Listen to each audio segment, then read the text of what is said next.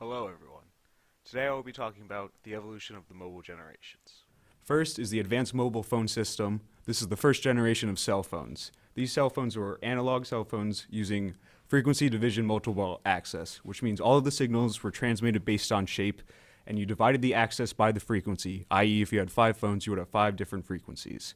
It was developed by Bell Labs and introduced in North America in October of 1983. Following is the second generation of wireless digital technology. This utilized a GSM standard, or Global System for Mobile Communications. It was the first technology to help establish international roaming. Two major providers were AT&T and T-Mobile. It was first introduced in 1991 as the successor of 1G networks and was invented in Finland.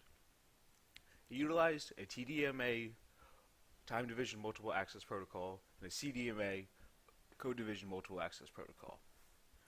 Picture a group of people talking. TDMA allows for one person at a time to speak. CDMA lets everyone speak at the same time, but they're all speaking different languages, aka the codes. 2G networks supported up to 9.6 kilobytes per second download. Following 2G was 2.5G and 2.75G. 2.5G utilized a general packet radio system, or GPRS system. 2.75G utilized an edge system. These were developed after 2G and brought better data transfer rates and were compatible with current 2G networks, which allowed for easy adoption. 2.5G could get speeds up to 171 kbps, and 2.75G could get speeds up to 384 kbps. The second generation brought a multitude of benefits, including voice calling, SMS, MMS, and picture messaging. 2G used less power than analog signals, so mobile batteries lasted a lot longer. Its digital encryption also added privacy to data and voice calls. The digital coding reduced noise in the line as well. It was environmentally friendly and health friendly as it lowered power emissions. 2G did have its disadvantages. It required a very powerful digital signal to work and was very dependent on proximity and location to towers, so it was not as effective in rural areas.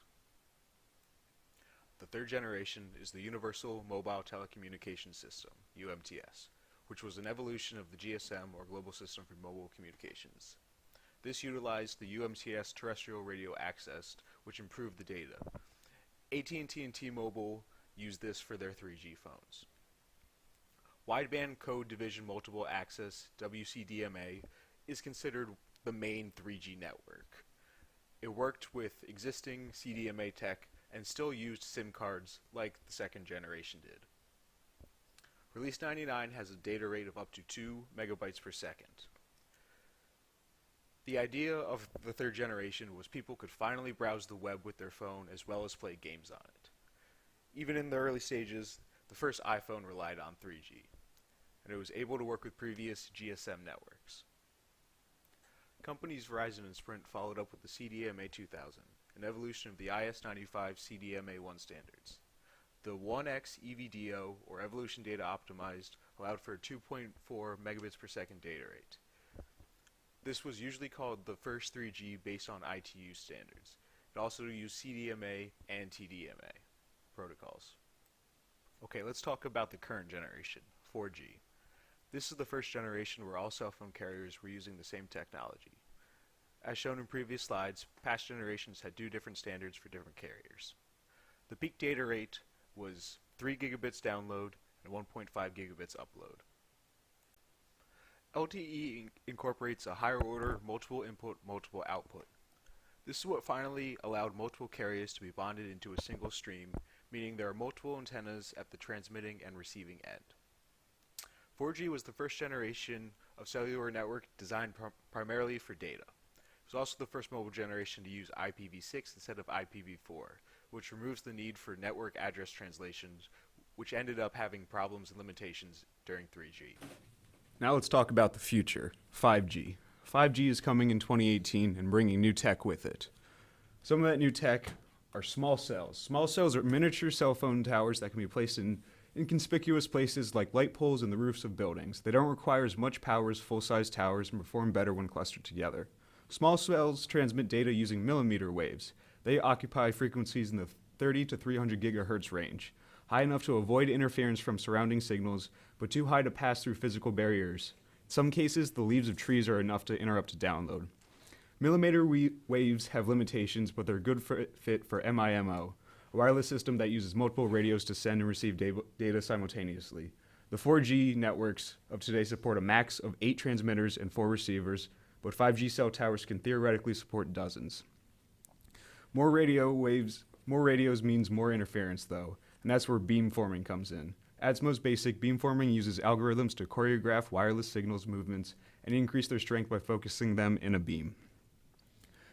A 5G technology called full duplex helps boost the signal even further. Most current-gen cell towers and phones can't transmit and receive data at the same time, but full duplex phones can route incoming and outgoing signals simultaneously, potentially doubling bandwidth. 5G is being tested right now. Verizon has 11 cities they're testing it, such as Miami, Seattle, and DC, and AT&T has 2 in Texas and 1 in Atlanta, Georgia. 5G is going to be really fast. The International Telecommunication Union's latest draft specs call for a minimum of 20 gigabits per second download and 10 up. In wireless scenarios, the capacity will be split between all users on a cell tower. The 5G spec also calls for extremely low latency, as low as 5 milliseconds. There are some downsides. 5G won't provide nearly as much coverage as 4G or even 3G. It'll seem like Wi-Fi.